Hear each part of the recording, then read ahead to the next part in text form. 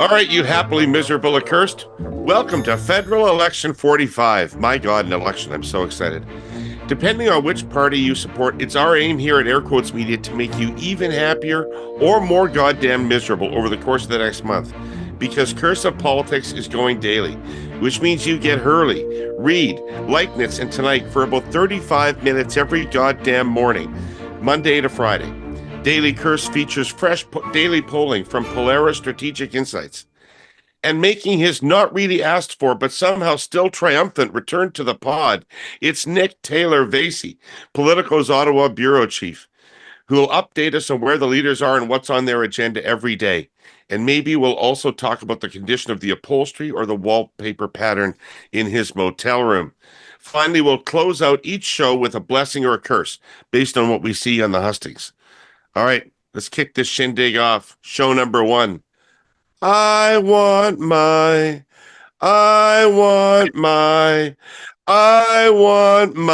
NTV. Nick Taylor Vasey, you're up. What's going on? Hey, David. Thanks for having me back. It feels like no time has passed. Only for hideously long years with so much that happened. Just longest minority government in history. It lasted 3 centuries. Well, you're welcome. Yeah. You're in Windsor. Tell us why.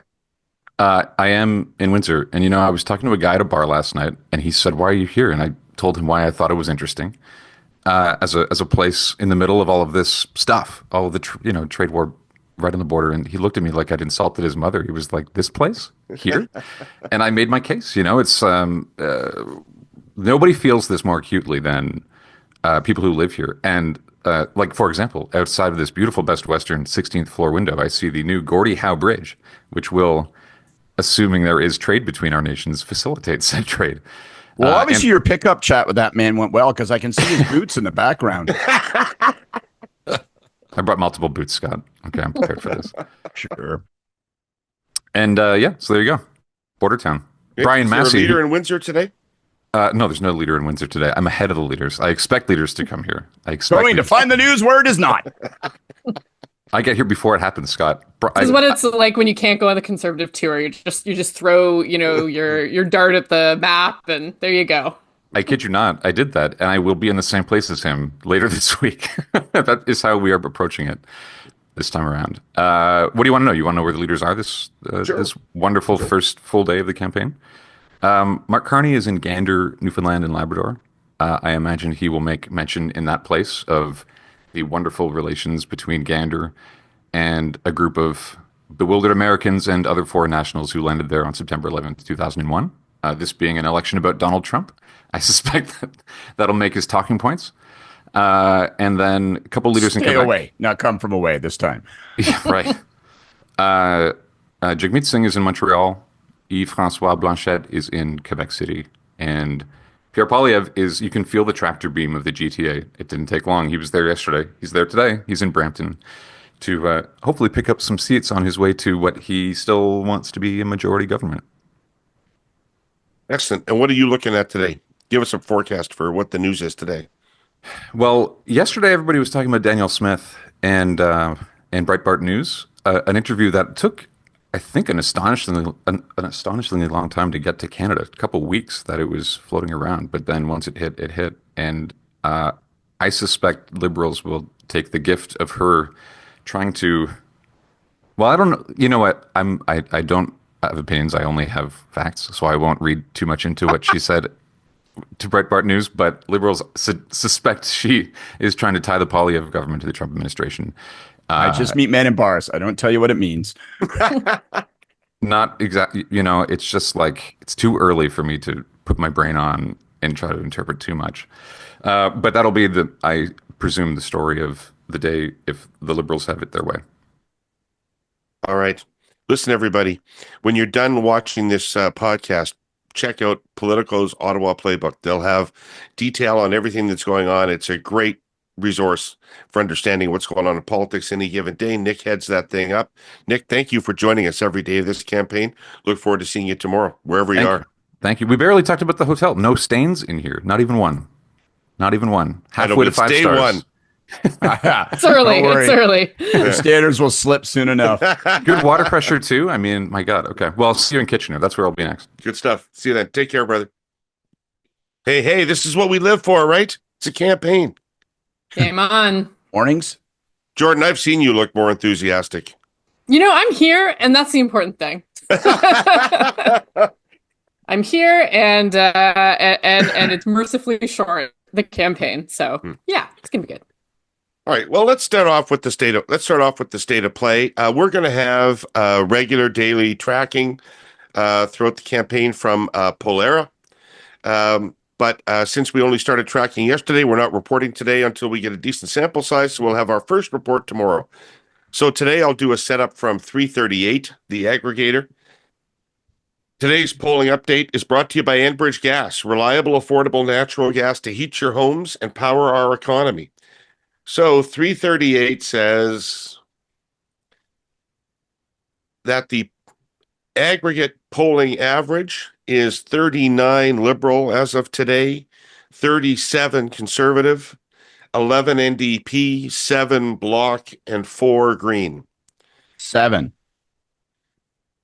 And 338 rolls that out in terms of seats as 178 Liberals with a range between 150 and 203, 131 Conservatives with a range of 105 to 157, 25 Bloc with a range of 20 to 33, 7 New Democrats with a range of 2 to 13, and 2 Greens with a range of 0 to 3. So that's the polling situation heading in. We have a lot to talk about here. We have, since we last met, I think all of the leaders had consequential weeks setting up the call of the election, pre-positioning themselves for the writ. Then we had the call yesterday, and key messages coming out from everybody, and then the leaders are off this week. Scott, why don't you set us up and tell us, first of all, how do you think everybody positioned themselves heading into yesterday? Well, I'll concentrate particularly on the Liberals and Conservatives. I thought in the last week and yesterday, we saw Carney and Poilievre in their campaigns doing everything possible to play to strength. And so as they see it, and I think there's a fascinating question in there, but you saw Carney using his 1 week as prime minister, in effect, daily movement, daily action, as they've tried to brand it as a week of action. He's not just sitting in the prime minister's office or sitting in the prime minister's chair, but rather taking action, eliminating the consumer carbon tax, meeting with premiers, putting in place changes with respect to housing. So trying to boom, boom, boom, boom, boom, create this cadence of action, all of which sort of signals I will be the manager in chief. I know how to protect our economy. It was all laser focused on the economy. And in some ways, the lead up for Poilievre was kind of the mirror image as an opposition leader of rallying people, putting in place, the kind of foundations of it's time to force an alternative. It's time for change. And then I thought that was all crystallized in their competing speeches yesterday. Like I thought their launches were a fascinating contrast in both style and strategy. So Carney, again, straight, low key, very managerial manner, in contrast to Trudeau, to Trump, and to Poilievre. And it was very much crystallized around this idea of, listen, I need a mandate to take on Trump and to protect our economy. It was very focused on the future. Later, he obviously in Q&A and then in his rally, he turned his guns on Poilievre, but not even a direct mention, hardly an indirect mention of Poilievre, the past, anything in his remarks. Very much, I'm a mission-built prime minister. I'm here to deal with this issue. I've got priorities. They're your priorities. We're going to focus. Poilievre's speech, much the exact opposite. Very much a traditional. Obviously, Trump figures in his speech, but it was, these guys want a fourth term. It's time for a change. I was surprised at the long laundry list of things that he outlined in terms of what he would do. I'm skeptical about some of the positioning, but fundamentally, his argument was, it's time for a change. I'm the alternative. These guys have been in government too long. And by the way, Trump won't won't be overcome by these weaklings. It'll only be overcome by true change. And I just thought the style, like the underlying strategy was fascinating, because to me, it seems like the Conservatives are competing against themselves a little bit. There's some Trump, there's some time for a change. Like, it's kind of a mishmash, but fundamentally, they're still trying to make the argument that you might have heard a month ago, 2 months ago, which is it's time for a change. And Carney's driving toward a Donald Trump ballot question. And I will say that later in the evening, Pierre Poilievre's rally, you talk about a show of strength, hundreds and hundreds, maybe 1,000 people at his rally in the GTA, the energy that he brought, the partisan edge to it. That's a rally speech. That's a political speech. That's a campaign speech. I was critical in the launch of him being almost too partisan. He seemed small for the moment. It didn't seem like it was built around a sense of purpose for the country. Rather, it was a partisan pitch. But boy, oh boy, when you saw that full-fledged partisan pitch last night, he looked strong. But there's a real clash as to what the ballot question is. Conservatives are not giving up on maintaining the ballot question being around time for a change. And I think that's going to be really interesting to watch unfold. Jordan, I thought for a guy whose infrastructure and everything is still coming together, I really did. I was very impressed with Carney's week before the writ. The rollout of things, both serious in terms of the international meetings and the premier's meetings, which looked very serious, along with the lighthearted things like the skate with the Oilers. Like it was a strategic and consequential week leading up to the election campaign for him. Yeah, I would completely agree with that. I think they used that time very well. I think they were able to do three things with it, which is number one, most probably politically, most importantly, a whole bunch of stuff that Pierre Poilievre can't do and that it would be difficult to imagine him doing. So the implicit contrast, it's tough to, for example, think about Poilievre going to the Élysée and standing with Macron. I thought that was very well done. It sucked, I think, a lot of oxygen back Carney's way. The other thing that they did with that is that they were able to signal change in a way that the cabinet shuffle alone didn't do. So they were able to roll in enough that has now pushed them away from, I think, Trudeau's positioning. And I'll come back to that because I think that there's a thread of hope for the NDP in what they've done there. And then the last thing is that also they were able to focus it on economics, right? So like, again, it's on Trump, it's on tariffs. Like that whole week was driving the ballot question that's favorable to them with visuals and like a complete wraparound. So actually, I think they did a really good job with that. The thing that was interesting to me is, of course, a lot has been made of his chippy interactions with journalists. And I heard someone the other day say, well, he was tired, like he was coming off a short flight.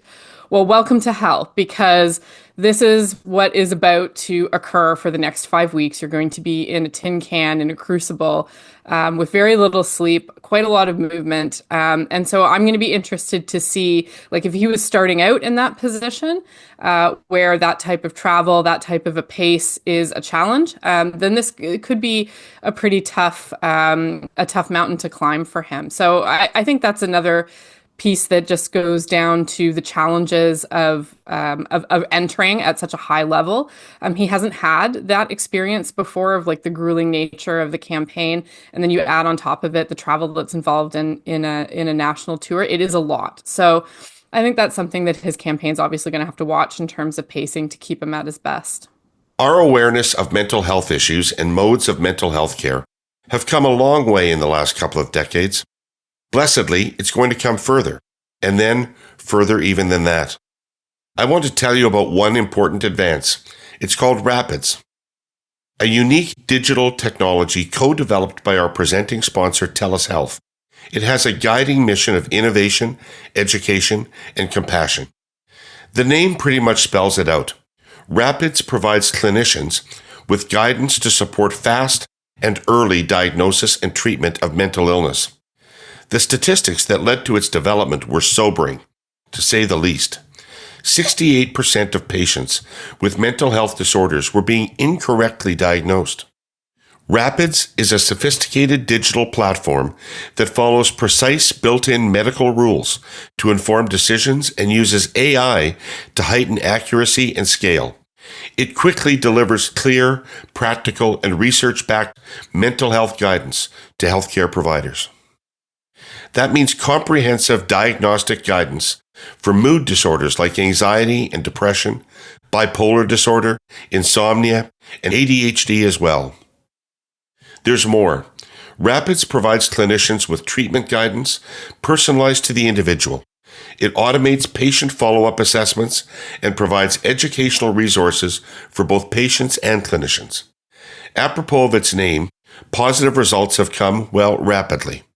By streamlining assessments, reducing specialist referrals, and delivering measurable improvement in treatment outcomes, Rapids means less cost and less stress on the system.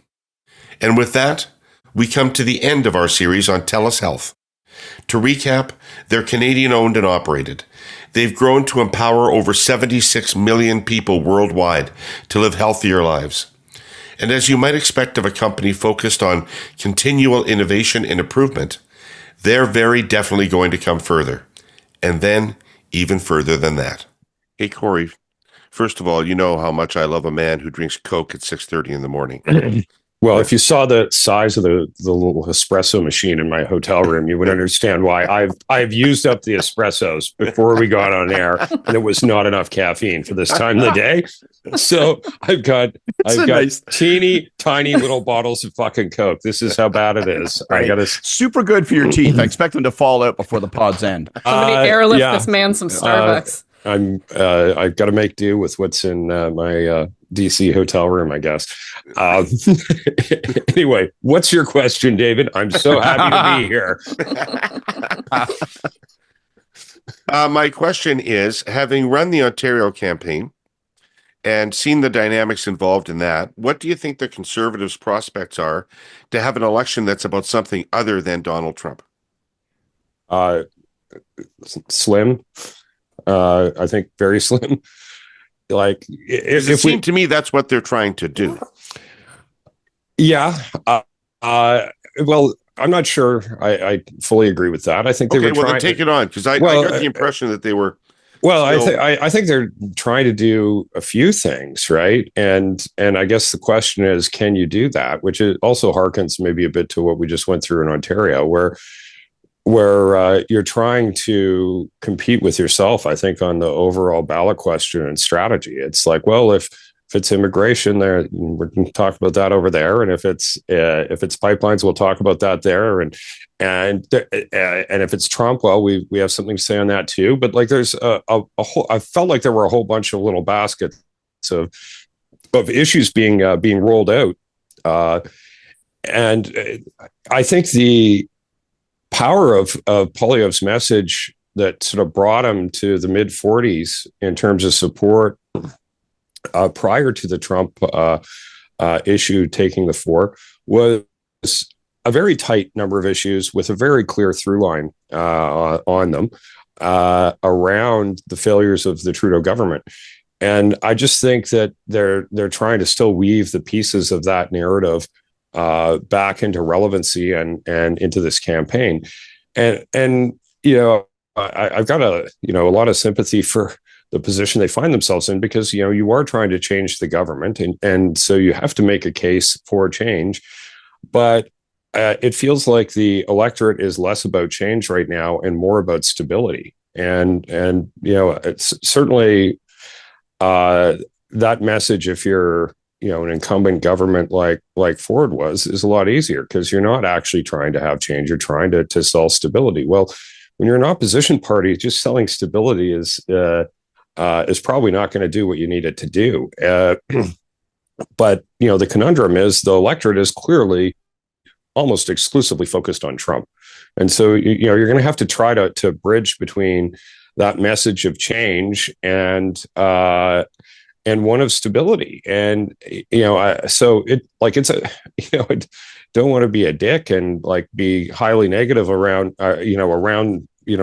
what they're trying to do there, but like, they're trying to do something that I think is inherently more difficult than what an incumbent government has to do in this particular situation. But, you know, I think, as we've talked about in the past, we've gone from disruption and change as the motivators for the electorate, largely driven by the presence of Trudeau and things like the consumer carbon tax as being, you know, the aggravating policy examples of it, to one more around safe hands. And so I think that's the challenge. And I think you saw them trying to struggle with that a little bit, like, right down to their campaign theme, which, kind of looks a little bit like something that was designed by a committee that couldn't come to agreement. Like there's two messages in it, and doesn't really roll off the tongue, but you can kind of see that what they're struggling with. And so yes,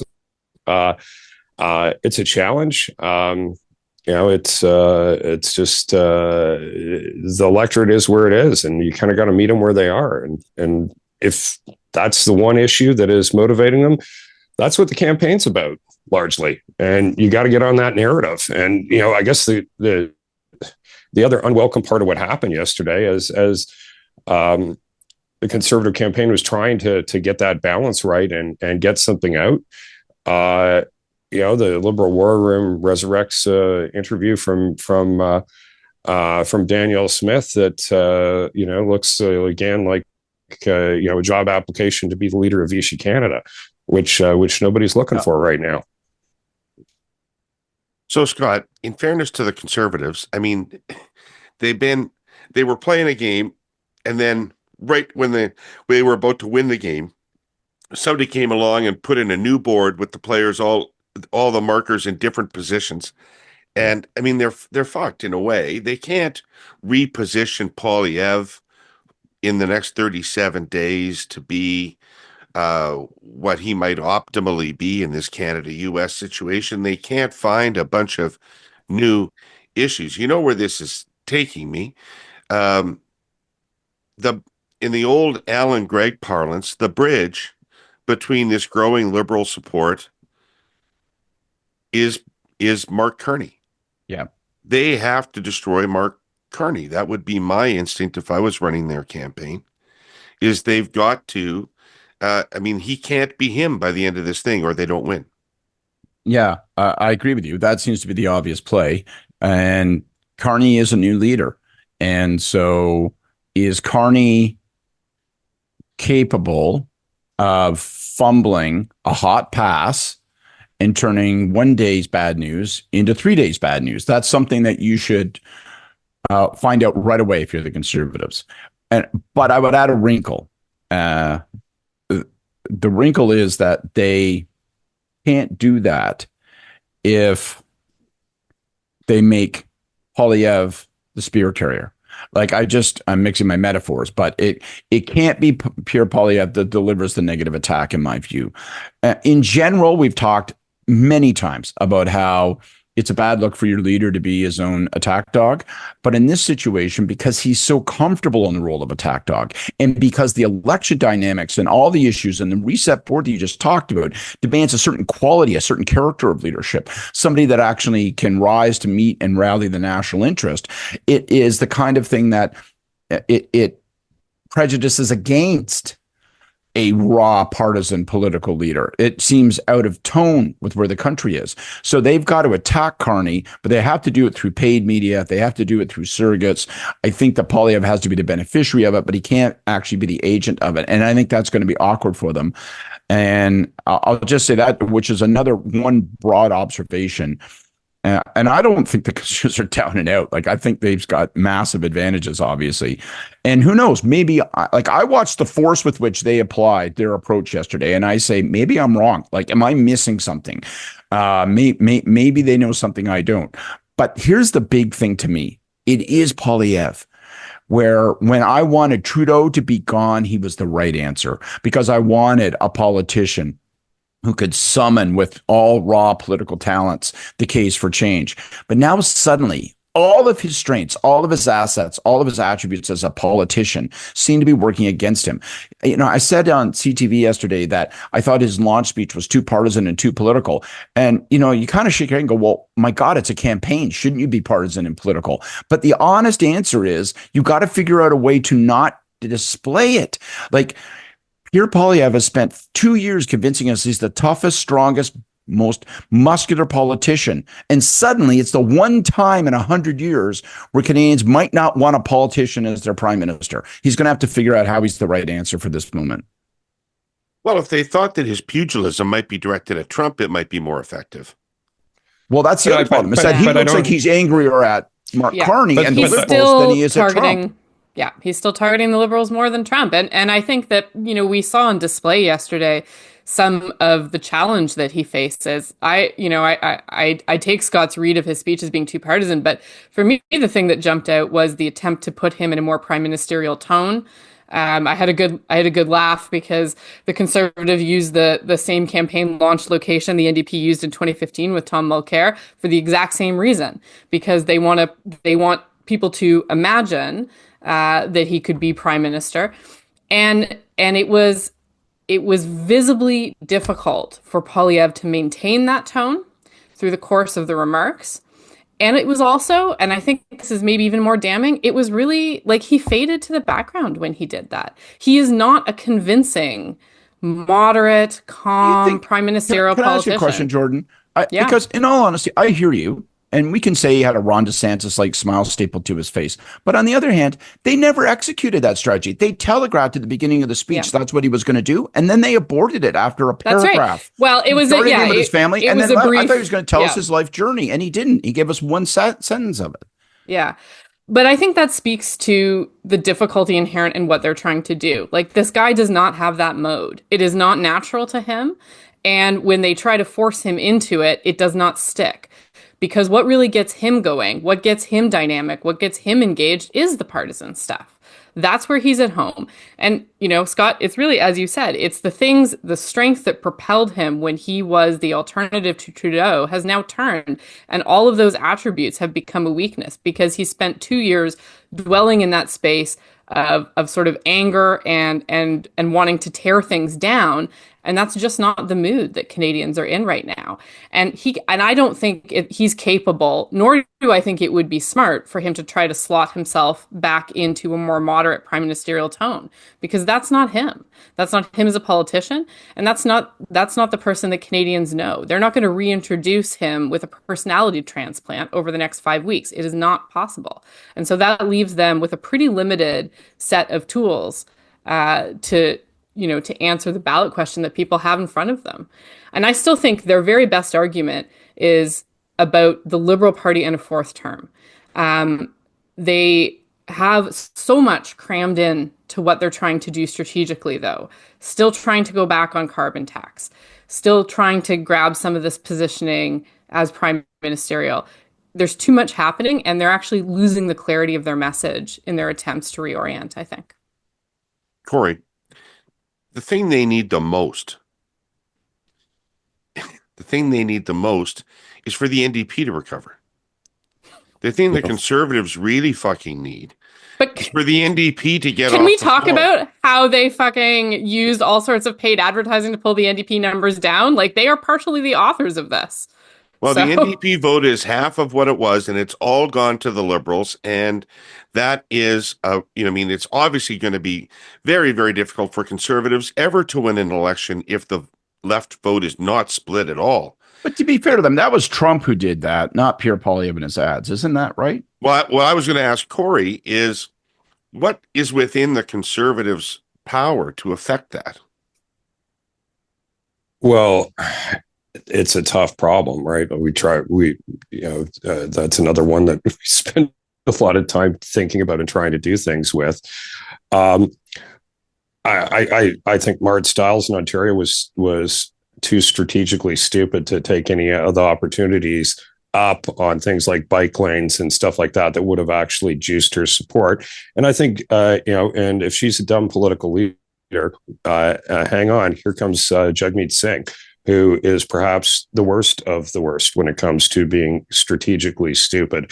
What do you need to help them? A time machine to bring down Trudeau while he's still the leader? Like that probably would be the best thing. I don't know what you can do. Like, the NDP are going to be crowded out of this conversation. Maybe you can do some stuff with your advertising, because I do agree with Scott's assessment that you got to bring the wood to Carney, and you want to do it not with leaders. So that really, no one's going to cover a secondary tour attack. It's advertising. It's all about the ads, and you can maybe create some space for a more progressive candidate depending on what your vector of the attack is. I think the best one that they've had to date has been the Brookfield job moving stuff, and I think that does create a little bit of space for the NDP. You could maybe do it a bit on protecting workers and what'll you do if people are laid off as a result of tariffs, etc. Like I think there's space for therefore NDP voice in terms of some of the things that you'll do. The NDP will go further in that direction, I think, than some of the other parties, including the Liberals, might. I don't know. Like maybe that's what you could do, but ultimately, I think Jordan kind of put her finger on the problem that they had yesterday, and I think this is the one that I'd be trying to figure out how to solve. You got to go after Trump too, right? Like really, who is the villain in this election campaign? It's Donald Trump. You got to go after him. And and I don't think you want anyone who's associated with you playing footsies and tickling us back while the campaign's going on, which is kind of what the Smith thing looked like to I'm sure a lot of people. Smith? Is it an opportunity for him to hit Smith, like to try to triangulate, or is it too corrosive to his base? I don't think so. Like what is the issue? Like I don't think he'll do it. But like, what are the politics of it? If what's happened to the conservative vote numbers? Like where are they down and who are they down with? So there's two things going on. One is collapse of the NDP. The other is 55 plus voters and women are running away from them at the speed of light. And you've got to stop the bleeding in those demographics and reverse it. And you got to bring them back to supporting you because they were only a few short weeks ago. So, how is it you're going to do that? Well, why did they leave? Well, they left because of Trump, right? And Trump is the thing that's moving those voters around. You've got to deal with that issue. And if you want to ignore it because you'd rather talk about something else, this campaign is not going to go well.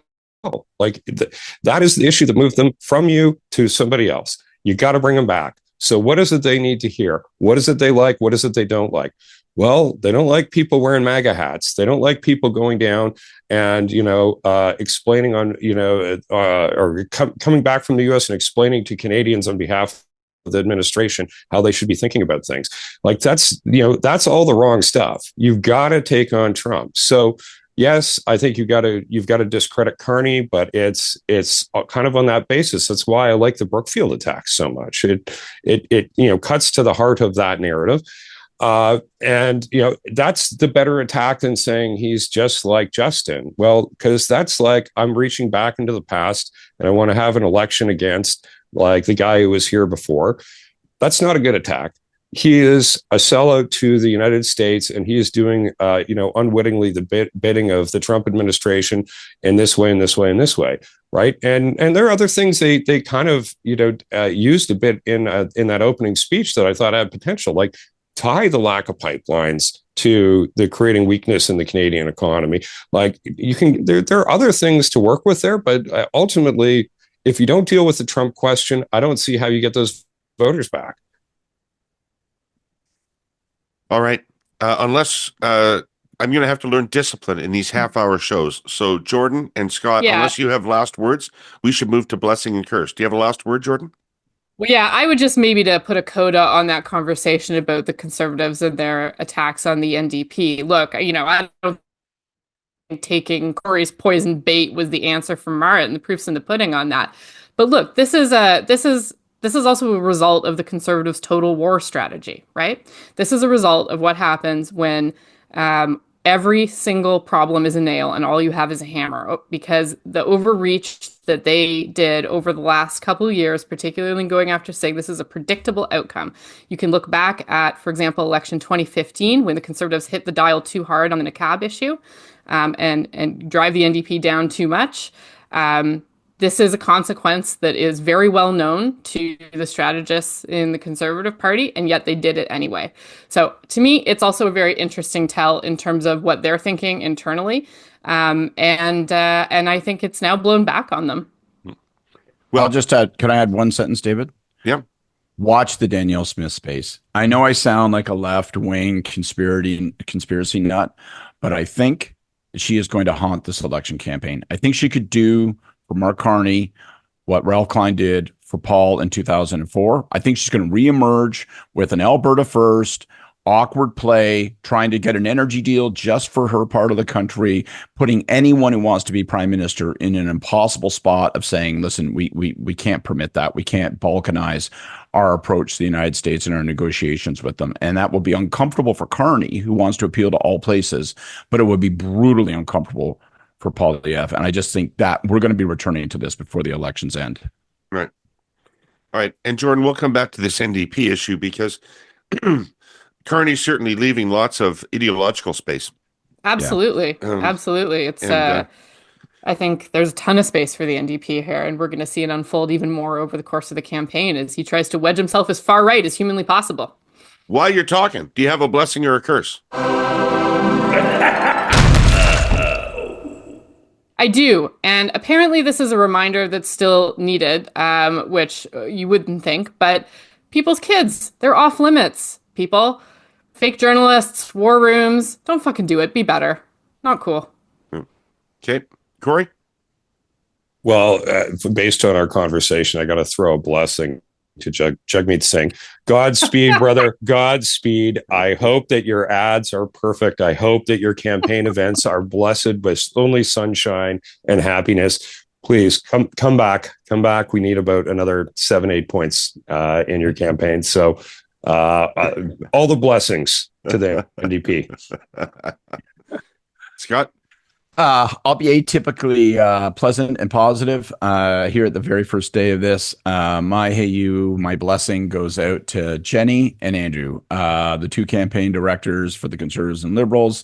I love you both. I'm rooting for you both. I can't really root for you both, though. So I guess the best I could say is that I hope by the end of April, the Habs are in the playoffs. And that's where we're a common cause, Jenny and Andrew. I hope you're doing the victory lap. Yeah.